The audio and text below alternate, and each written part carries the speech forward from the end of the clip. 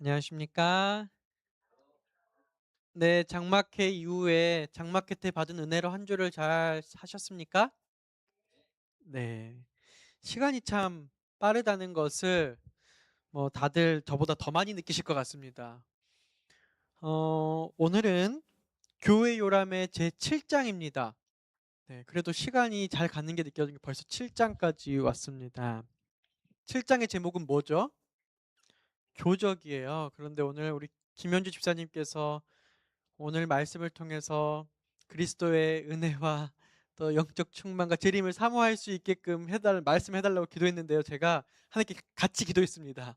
오늘 주제로 다들 우리 성도님들이 또 그런 부분들까지도 챙기면 얼마나 좋을까라는 생각 해봤고요. 어, 되게 딱딱하게 느끼시면 딱딱할 요람이지만 딱딱하게 제가 하더라도 부드럽게 이해하시면 좋겠습니다.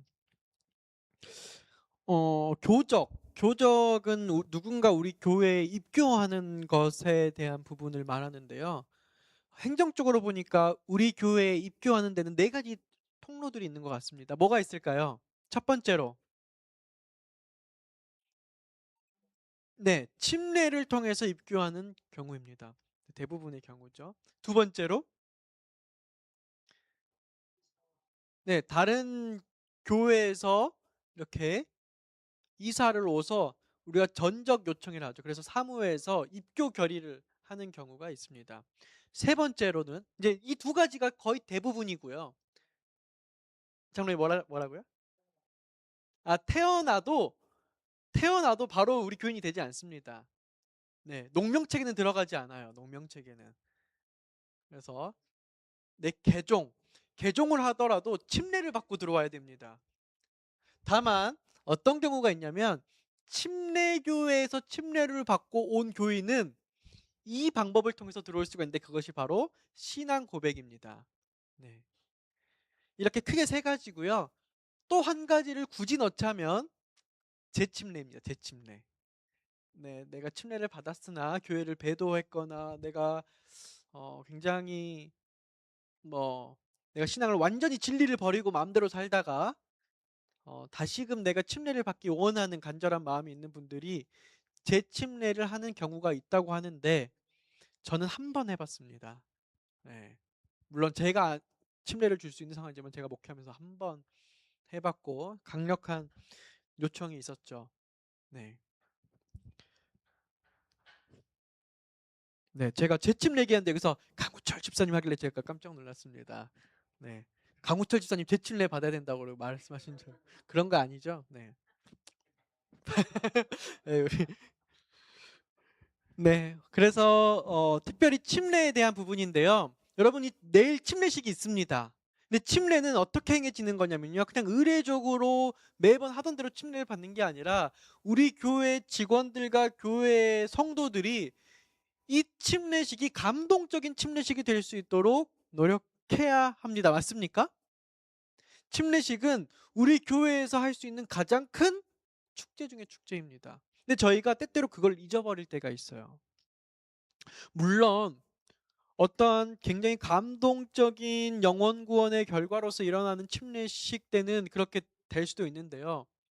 흔히 그냥 이례적으로 때가 돼서 침례 받는다라고 느끼는 경우가 있을 때는 그렇지 못할 때들이 종종 있는 것 같아요. 솔직하게 제가 바라보았을 때. 그러나 그렇지 않다라는 것을 제가 좀 느꼈는데요. 로마서 6장 3절 4절 말씀입니다. 제가 읽겠습니다. 무릇 그리스도 예수와 합하여 침례를 받은 우리는 그의 죽으심과 합하여 침례를 받은 줄 알지 못하느뇨. 그러므로 우리가 그의 죽으심과 합하여 침례를 받음으로 그와 함께 장사되었나니 이는 아버지의 영광으로 말미암아 그리스도를 죽은 자 가운데서 살리심과 같이 우리도 또한 새 생명 가운데서 행하게 하려 함이니라. 내일 이곳에 침례식이 거행될 텐데요. 여기에 누가 함께 보여야 될까요? 우리 침례 후보자인 우리 김성경 학생과 함께 침례를 거행하는, 함께 죽으시고 함께 살아나시는 예수 그리스도가 저희 눈에 보이며 또 저희의 침례 때를 생각하며 저희 마음도 다시 죽고 살아나는 그런 감동적인 귀한 침례식이 되었으면 좋겠습니다. 교회 요람의 교회 증언 그리고 고린도 후서를 인용하여 이런 글귀가 있습니다. 이런 문장이 있어요. 그리스도께서는 침례를 당신의 영적 나라에 들어가는 표로 삼으셨다. 그분께서 이것을 모든 사람이 반드시 응해야 할 필수적인 조건으로 삼으셨다. 중요합니까? 안 중요합니까? 누가 뭐래도 침례는 중요합니다. 그래서 침례는 가장 엄숙하게 세상을 버리는 일이다. 침례를 받는 자들은 사탄을 섬기는 일을 버리고 왕의 가족 곧 하늘 왕의 자녀가 되었다는 것을 공적으로 선언하는 것이다. 그리고 그들에게는 내가 너희를 영접하여 너희에게 아버지가 되고 너희는 내게 자녀가 되리라 전능하신 주의 말씀이니라는 그 약속이 무엇 되는 날이에요? 네. 여러분, 내일 여러분들이 교회에서 오랫동안 봐왔던 우리 김용국 장로님과 김현주 집사님의 막내딸 성경 학생이 침례를 받을 거예요.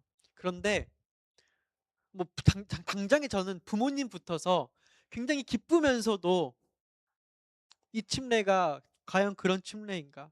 우리 성도님들이 어떻게 생각하실지 모르겠어요. 그런데 제가 성경 공부를 하면서 침례를 이렇게 인도하는 과정 속에 가면서 그 과정 속에 이런 부분들을 정말로 잘 부드럽게 전달하려고 했을 때에 그것을 그대로 받아들였다는 것을 제가 말씀드립니다. 저희도 침례받은 사람들이지만 죄된 모습으로 살아가는데요.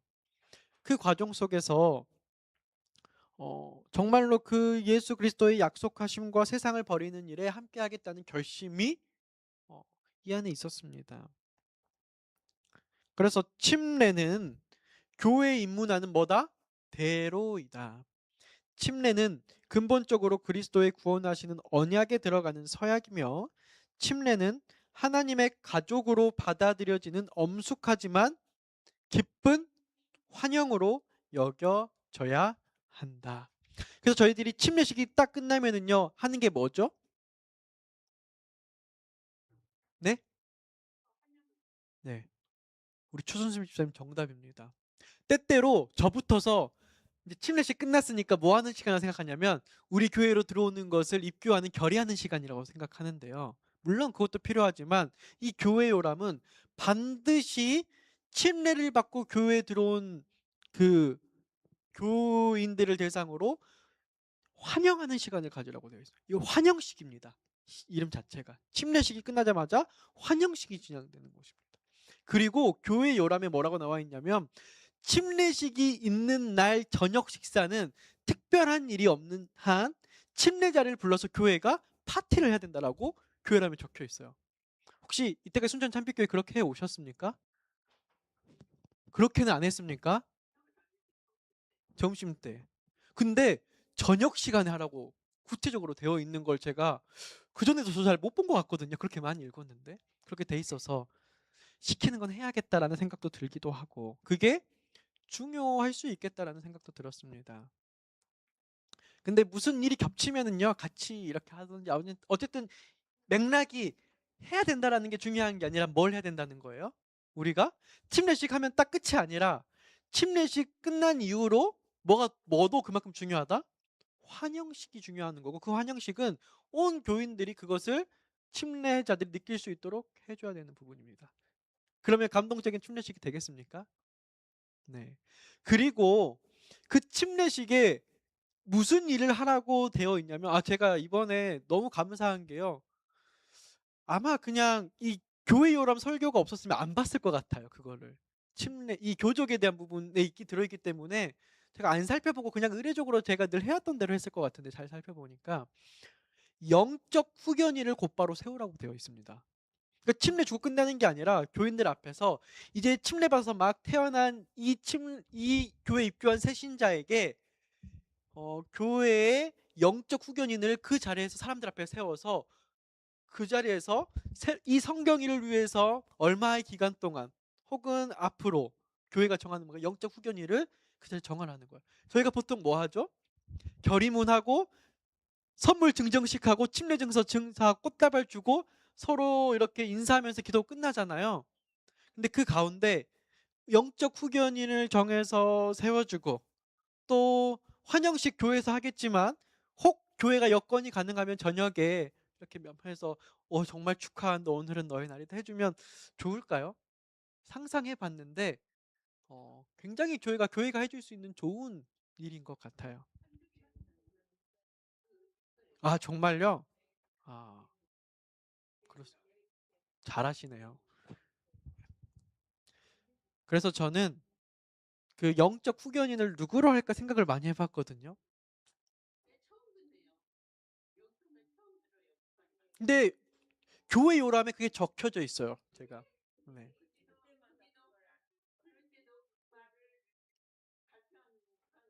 근데 제가 다 해보지 않아서 모르는데요. 교회 요람이 5년에 한 번씩 개정돼요. 저도 이전에 못 봤던 것 같기도 하고 있는데 못 봤던 것 같기도 한데 중요한 거는 제가 공유하는 것입니다. 그래서 우리 교회가 그것에 대해서 의미 있게 생각하면 앞으로 해 나아가면 뭐 좋은 것이죠. 전 그래서 성경이가 어린데 누가 영적 후견인을 하면 좋을까라는 생각에 뭐 모르겠지만 문득 제 마음속에 계속해서 정할 수는 없었지만 우리 정세린 학생이 떠올랐습니다. 대학생이지만 우리 세린 친구는 굉장히 영적 분별력이 강하고 영적 갈망이 큰데 어, 어, 먼저 침례받은 사람으로서 침례받은 후배에 내가 영적 후견인이 되겠다는 생각을 하는 거는 침례받은 새신자인 학생에게도 좋지만 먼저 신앙을 하고 있고 그 가정에 가고 있는 누군가에게도 좋을 것 같다는 생각이 들었어요. 한 번에 뭘 할 수는 없겠지만 뭐 앞으로 차차 교회가 이런 부분들을 자리 잡아갈 수 있으면 좋겠다라는 생각이 들었습니다. 또한 교회 입교하는 것은 합회에 승인된 자매교회 포함된 교회들 안에서만 오직 가능하다. 이게 무슨 말이냐면요. 합회에서 승인하지 않는 교회들이 어 그냥 우리 공동체 있잖아요. 신앙하는 공동체, 가정교회에서 침례식 해서 입교할 수 있어요, 없어요? 승인하지 않는다는 것입니다. 공식적으로 합회가 승인된 교회에서만 우리가 교회 입교식을 할 수 있습니다. 네, 다 아시는 것처럼 침례 방법은 저희는 물에 담기는 침례를 실시합니다. 어, 침례 후보자가 본인이 죄인임을 깨닫고 자신의 죄를 뉘우치고 회개를 경험하고 합당한 가르침을 받고 침례를 결심할 때에 저희들은 교회에서 침례식을 진행할 수 있습니다. 그래서 침례 전에 반드시 가르침의 시간을 갖는 것을 권장합니다. 때때로는 저희들이 그렇지 못하고 침례를 해야 될 경우가 있어요. 이거를 이게 맞다 저게 맞다라고는 할 수는 없습니다만은 가능하면 침례 전에 우리 교회의 기본 교리들과 우리 순천 참빛교회가 가지고 있는 이런 관례들을 교인으로서 잘 받아들일 수 있도록 시간을 두고 가르치는 일은 참으로 필요한 일입니다. 그리고 거기에 대해서 공중 시문을 통해서 해서 시문식이 없는 침례식은 사실 있을 수 없습니다. 그래서 회중들 앞에서 내가 이렇게 결심하겠노라라고 침례 시문을 하는 것입니다. 그리고 필수 요건으로 나온 부분들이 있는데요. 바로 침례식 때 나가는 문서들입니다. 재림교회는 침례 언약 문서로 침례 서약, 침례 증서, 침례 결심서와 함께 28개 기본 교리들을 채택하고 있다. 잘 준비된 침례 증서와 저희 침례 증서 항상 준비하죠. 침례 결심서와 함께 이 언약 문서에 인쇄된 사본은 침례를 통하여 교인으로 받아들여진 모든 사람들에게 주어져야 한다. 신앙 고백으로 교인으로 받아들여진 자에게도 적절한 증서를 주도록 한다. 침례 증서와 침례 결심서에는 새 교인이 침례 결심의 확증으로서 증서에 서명하도록 여백을 준다. 보통 이제 저희들이 침례 공부를 하면은 마지막에 침례 결심서를 다시 한번 공부를 하고 마지막에 사인하는 시간을 갖습니다. 근데 저는 어, 사인까지는 못했어요. 사실 이 부분은 이번과는 다른데 어쨌든 이렇게 하면 좋습니다. 시간이 많이 지나가니까 제가 이야기를 곁들면 막 시간이 길어질 것 같아요. 어떤 또 부분들이 있냐면은요, 알지 못하는 자들을 입교시킬 때가 있어요. 좀 큰 교회 같은 경우를 생각해 봅시다. 우리 집사님은 빛골교회, 광주 중앙교회, 그래도 호남 합해서는 큰 교회 오랫동안 출석을 하셨는데요. 침례를 빛골교회에서 한 4년이면 100명을 받아요. 그쵸? 집사님 그러셨죠?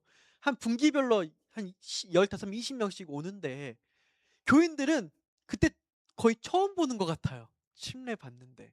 그런 경우 많이 있죠, 집사님. 엄청 많죠. 그러면은 부목사들이나 이런 목사들이 침례 공부를 광주권 같은 경우는 거의 한 20강은 합니다. 그러니까 굉장히 많이 해요. 근데 목사하고만 성경 공부를 했기 때문에 교인들은 알아요, 몰라요? 몰라요. 그래서 침례식 거의 이제 침례 결정이 되고 준비가 되면 여기서는 전도 목사라고 했는데 전도 목사는 교회 담임 목사, 담임 목사도 모를 수도 있어요. 침례를 주는데 그날 처음 할 수도 있어요. 어떤 경우에. 그리고 교회 장로들과 때때로는 새신자반들이 있다면 새신자반들을 초청하여 식사하는 자리나 이런 걸 해서 침례식 전에 교인들을 입교하는데 준비를 하라는 것입니다. 저희 교회는 그럴 일은 많이 없을 것 같은데요. 때때로 저는 앞으로 그럴 일이 있을 수도 있다고 생각합니다.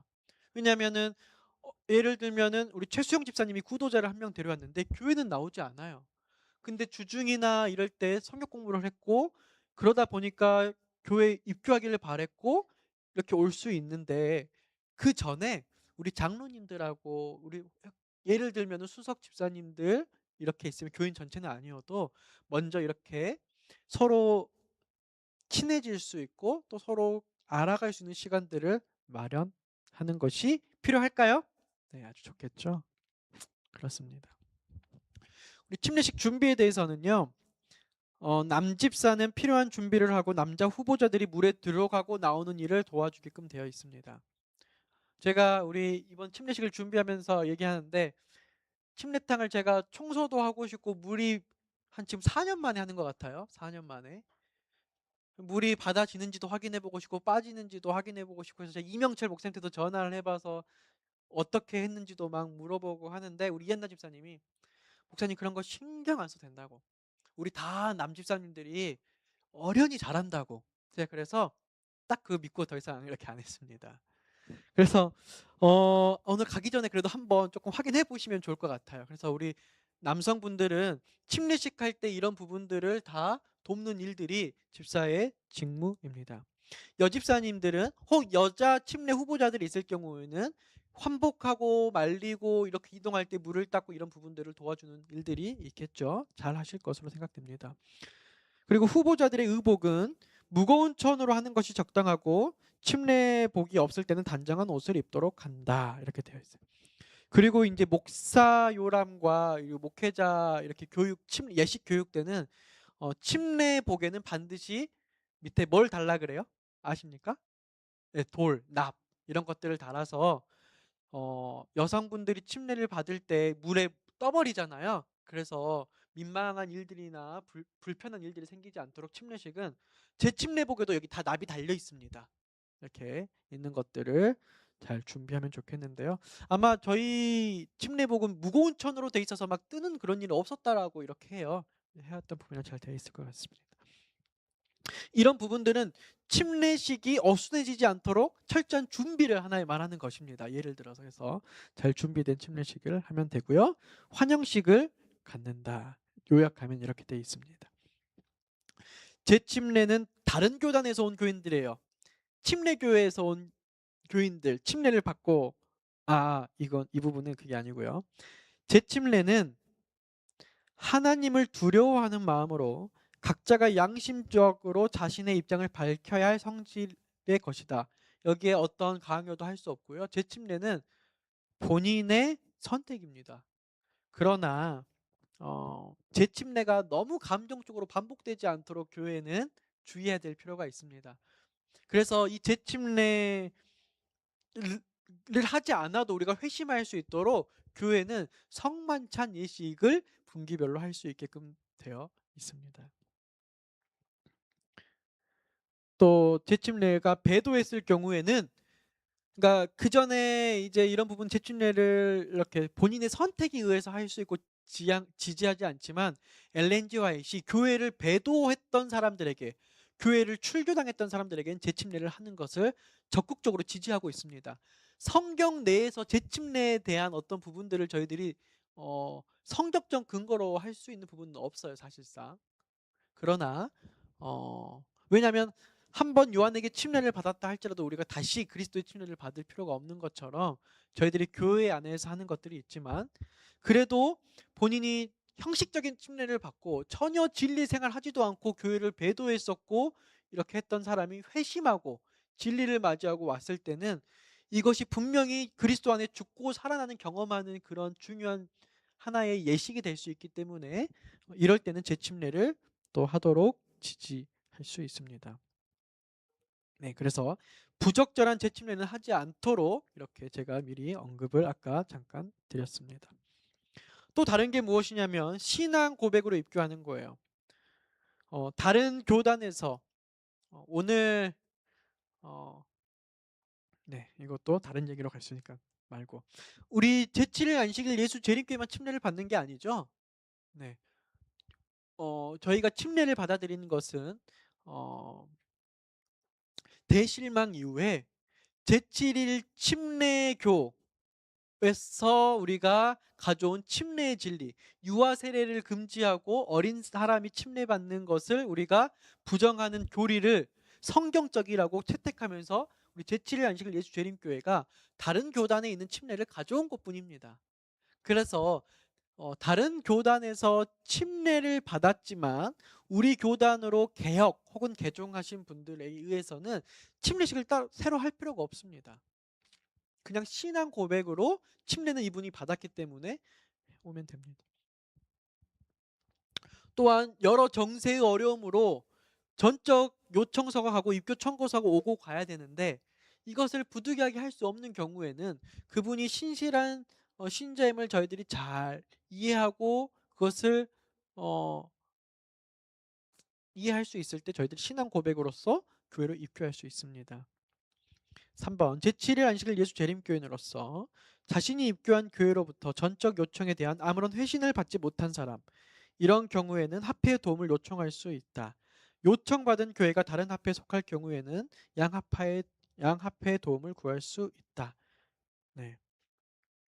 그런데 이런 도움도 어려워서 하기 어려운 경우에는 침례를 받았는데 또 할 수는 없잖아요. 그럴 때는 신앙 고백으로서 입교할 수 있습니다. 교인으로서 어떤 개인이 그의 교족이 다 분실되었거나 이른 양이 되어 제명되었으나 실제로는 신실한 그리스도인 생활에 충실하게 남아있는 사람이 거의 이런 일이 없지만, 그럴 경우에 우리가 신앙 회복으로 이렇게 입교할 수 있는 것이죠. 신앙 고백으로 입교하는 과정은 이렇습니다. 그의 과거의 경험에 대해 신중하게 조사라는 말이 저는 조금은 너무 부정적이게 여길 수 있는데요. 잘 알아볼 필요가 있습니다. 이 사람이 어, 정말 이 사람 말만 듣고 이걸 다 믿을 수 없는 경우가 있어요. 예를 들면 어떤 경우가 있냐면요. 어떤 분이 이렇게 이사 오셔가지고 이렇게 다 왔는데 그 교회에서 좀 오래 다닌 것도 다 알아요. 근데 그 교회에서 장로 안수를 받고 왔대요. 그래서 우린 당연히 장로님인 줄 알고 여기서 교회 현직에서 장로 안수를 준 적도 장로로 했는데, 알아보니까 나중에 그 교회에서 장로를 준 적이 없대요. 마찬가지로 우리는 예를 들어서 위진선 성도님이 왔는데 침례받고 왔다 그래요. 근데 저희가 이런 전적 요청에 대한 그런 과정이 없이 그냥 믿고 한다면은 생각지도 못할 교회에 혼란이 되는 일들이 있을 수 있을까요, 없을까요? 있을 수 있겠죠. 때때로 이 교회에서 징계 처리가 되고 있는 과정이에요. 뭐 이게 막 바깥으로 다 나올 수 없지만 예를 들면은 여러 가지 문제에 있어서 교회에서 징계의 대상자에서 그게 합의되지 않은 상태에서 그 교회를 출석을 거부하고 다른 지역으로 와서 내가 누구도 알고 누구 목사님한테 뭐 받고 이렇게 해서 했는데 알고 보니까 나중에 이 사람이 징계 대상일 수도 있어요. 제7일 안식일 예수 재림교회는요, 한 교회에서 징계를 받으면 모든 교회에서 그 징계가 따라가게 되어 있습니다. 한 교회이기 때문에요. 그래서 이런 부분들을 저희들이 신앙 고백할 때 어, 목사님들이나 장로님들이 그 교회에 연락을 취하여 그런 사정들을 잘 이해한 다음에 가장 건강하게 이렇게 신앙 고백으로 할 수 있는 것이 필요합니다. 그렇다면 이제 침례에 대한 부분, 신앙 고백에 대한 부분을 넘어가서요, 교인의 전적에 대한 부분을 잠깐 살펴보도록 하겠습니다. 사실 오늘 부분은 교회 서기에 굉장히 중요한 직무예요. 지금 현재 김용국 장로님이 서기인데요. 그리고 기존에 서기를 하셨던 우리 송봉기 장로님도 계시고 방술 장로님도 계신데 앞으로 또 누가 서기를 할지 모릅니다. 전적 요청서는 본인이 요청합니다. 예를 들어 추순심 집사님 이사 오셨어요. 예를 들어볼게요. 아직 저희 진행 안 했거든요. 그럼 집사님이 여기서 교회를 다니시려고 하니까 집사님이 교회 서기에게 장로님 교회 서기신가요? 제가 광주 중앙교회 적을 두고 있는데 제 교적을 조금 가져와 주세요 라고 말하겠죠. 그러면 그 교회 서기는 곧바로 광주 중앙교회 교회 서기에게 추순심 집사님의 전적 요청서를 보냅니다. 전적을 해달라고요. 그러면 광주 중앙교회에 있는 교회 서기가 담임 목사님이든 장로님에게 말해서 이것을 직원의 안건으로 올려요.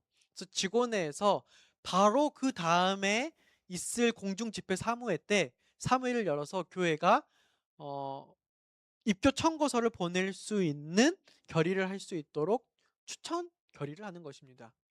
그리고 나서 일주일 후에 결의를 해요.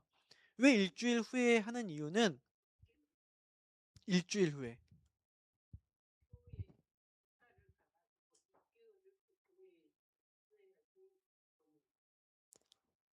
네, 집사님이 뭔가를 좀 잘 알고 계세요.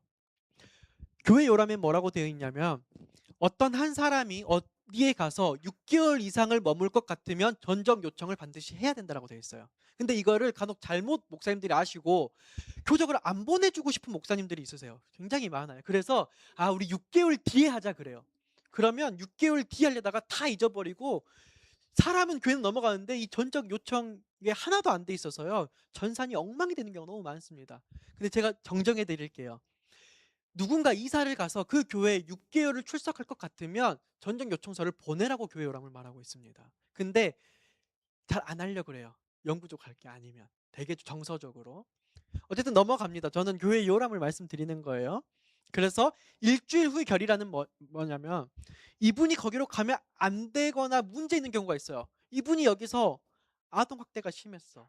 아니면 어떤 문제가 있어서 넘어가는 건데 교인들은 다 모르는데 이거에 대해서 아는 사람들이 있을 수 있잖아요.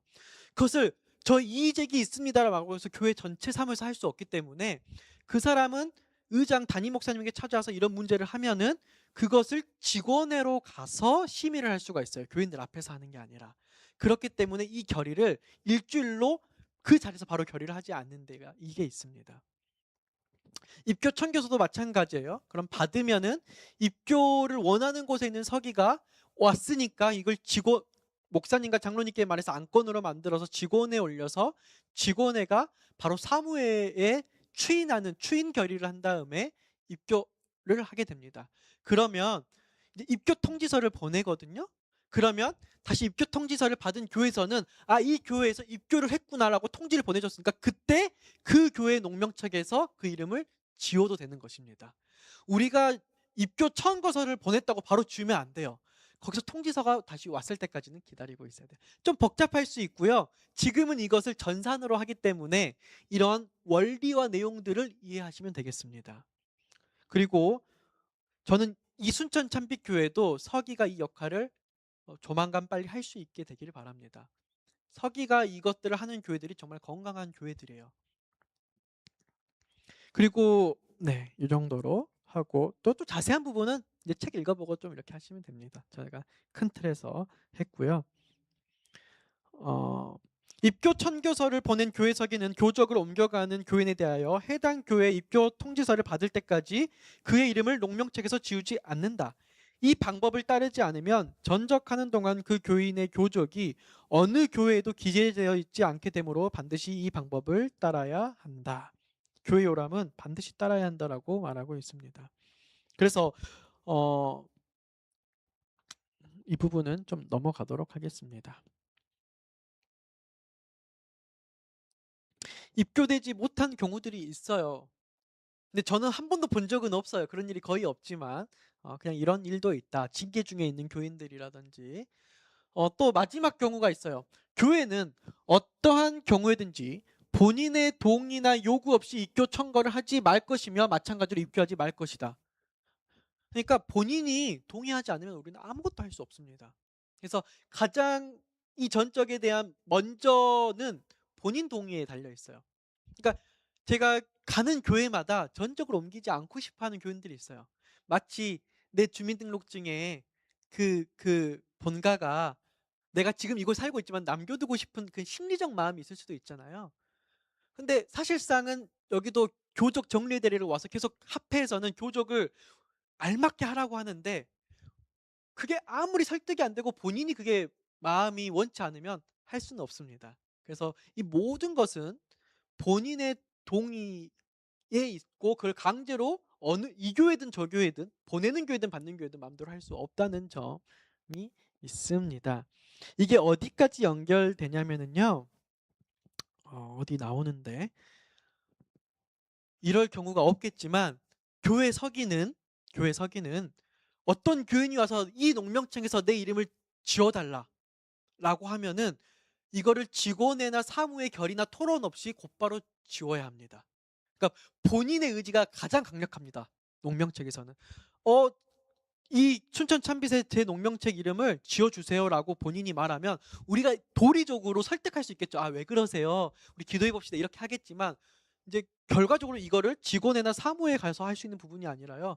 그냥 본인이 원하면은 서기는 그거는 지워요. 그러니까 이 교적에 있어서 가장 큰 권위는 본인에게 있다는 점을 이렇게 알고 있으면 되겠습니다. 그리고 사망한 사람은 교회 결의 없이 교회 서기가 사망일자를 확인해서 곧바로 지울 수 있습니다. 이것은 결의가 필요 없습니다.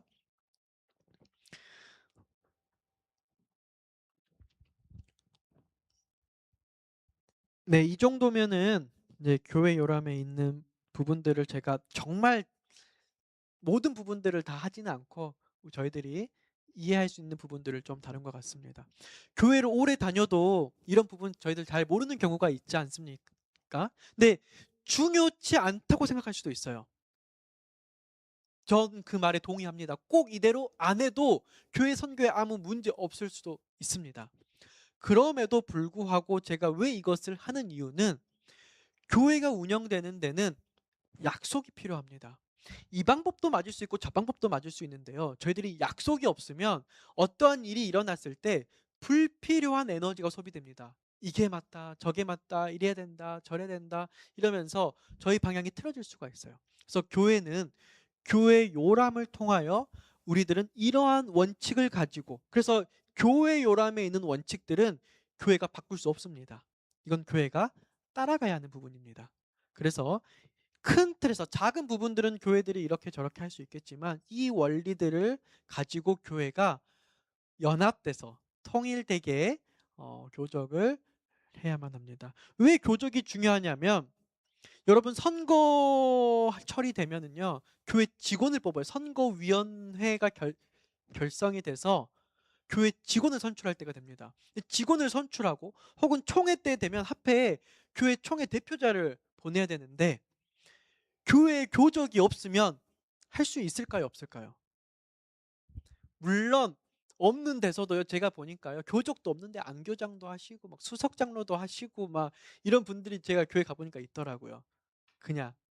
그런데 또 그런 부분들이 되는 게 당연한 건 아니고 미비한 것이고요. 합회 같은 경우들은 우리 교회에서 우리 교회 장로님으로 지도력을 오랫동안 행사해 왔어요. 교회 총회 대표들로 가야 되는데 농명책에 전산에 교적이 없어서 교회에서는 총회 대표자를 뽑았는데 갈 수 없는 상황이 벌어지기도 합니다. 왜? 우리들은 교인이라고 생각했지만 전산상, 행정상, 농명책상 교인이에요, 교인이 아니에요? 우리 교인이 아니에요. 저기 어디 뭐 새순천교회 교인일 수도 있어요. 그래서 제가 이 교회에 와서 이 부분을 많이 정리했습니다. 우리 송봉기 장로님도 새순천교회에 계셨어요. 제가 가져온 지 1년도 안 됐습니다. 그리고 김미겸 집사님도 찾아야 돼요. 그럼 나중에 어떻게 찾아야 되는지 아세요? 오늘 이걸 공부하면 어떻게 해야 돼? 우리가 어떻게 가져올 수 있어요? 신앙 회복으로 넣을 수가 있는 거예요. 너무나 웃기지만 저희 회중들 다 아시죠? 김미겸 집사님이 지금 최근 20년, 30년 동안 정말 하나님 앞에 충성되고 열심히 해온 거 다 아시죠? 그리고 이분이 고백합니다. 근데 이분의 교적이 없기 때문에 저희가 신앙 회복을 통해서 넣습니다. 이렇게 해야 되는 게 맞는 거예요. 왜? 입교를 할 수 있는 방법은 침례와 신앙 회복과 재침례 그리고 전적 요청밖에 없는데 다른 교회에도 그게 없다면 이렇게 하는 방법들이고 현재 제가 있었던 교회들은 이렇게 해왔고 합회에서는 정말 잘하고 있다는 지도를 계속 받아오고 있었습니다. 그래서 목사가 모를 수도 있어요. 그러나 이 교회 우리 장로님들이나 직원분들이나 재직분들이 뭐 다 이해할 수 없더라도 큰 틀을 이렇게 이해하시고 그때그때마다 요람을 보시고 또 지도 받으시면서 교회가 이렇게 또 성장할 수 있는 기틀을 갖는 교회가 될 수 있기를 간절히 바랍니다. 더불어 내일 있을 침례식도 저희가 어떤 침례식이요? 저는 침례식 순서가 이게 맞고 저게 맞는지는 잘 모르겠습니다. 그리고 제가 나름대로 찾아보니까 교회마다 순서가 다 제각각입니다. 진짜로요. 요즘 유튜브가 있어서 제가 다 살펴보는데 영남합회 쪽은 이런 식으로 많이 하고 동중한합회는 이런 식으로 많이 하고 막 침례식을 했다가 뭐 다시 헌금 축도를 했다가 뭐 이렇게 하는 경우도 있고 예배 다 끝나고 하는 경우도 있고 근데 이것에 대해서는 맞다 틀리다라고 하지 않고 그 교회가 질서 있게 잘 하면 돼요. 그러면 뭐가 중요하냐면 감동 있는 침례식 그 침례자들이 정말 올바른 과정 속에서 결심하고 개인의 구주를 받아들일 수 있고 죽고 살아가는 문제에 하나님께 의지할 수 있도록 인도하는 것 그리고 회중들 앞에서 시문에서 결심을 고백하고 회중들은 우리 교회 입교해서 우리 교회에서 잘 자랄 수 있도록 영적 후견인을 세우고 잘 환영해 주는 것 이런 것들이 저희들이 놓치지 않는 그런 순천 참빛교회가 될 수 있기를 간절히 바라면서 오늘 말씀을 마치도록 하겠습니다. 내일 있을 침례식과 또 우리 교회의 우리 교적, 전적 이번 달이 교적 정리의 달인데요. 이런 것들이 교회가 잘 만들어져 가서 누가 몇 년 뒤에 누가 우리 교회에 물어봤을 때 누구 아무개님은 몇 년도에 누구 시친 목사에게 어떤 침례를 받았습니다. 몇 년도에 어떤 누구에게 장로 안수를 받았습니다. 이거를 저희가 다 알려줄 수 있을 정도로 교회가 그 정도 돼야 요즘 세상에 떳떳한 교회가 되지 않겠습니까? 전화 왔는데 글쎄요 제가 교회를 그때 일은 잘 모르겠는데요. 이런 교회가 되지 않을 수 있도록 우리 직원들이 최선을 다해서 해주시면 좋겠습니다. 이를 위해서 여러분들 잠깐 1분 동안 기도해 주시고요. 제가 마지막 기도하고 마치도록 하겠습니다.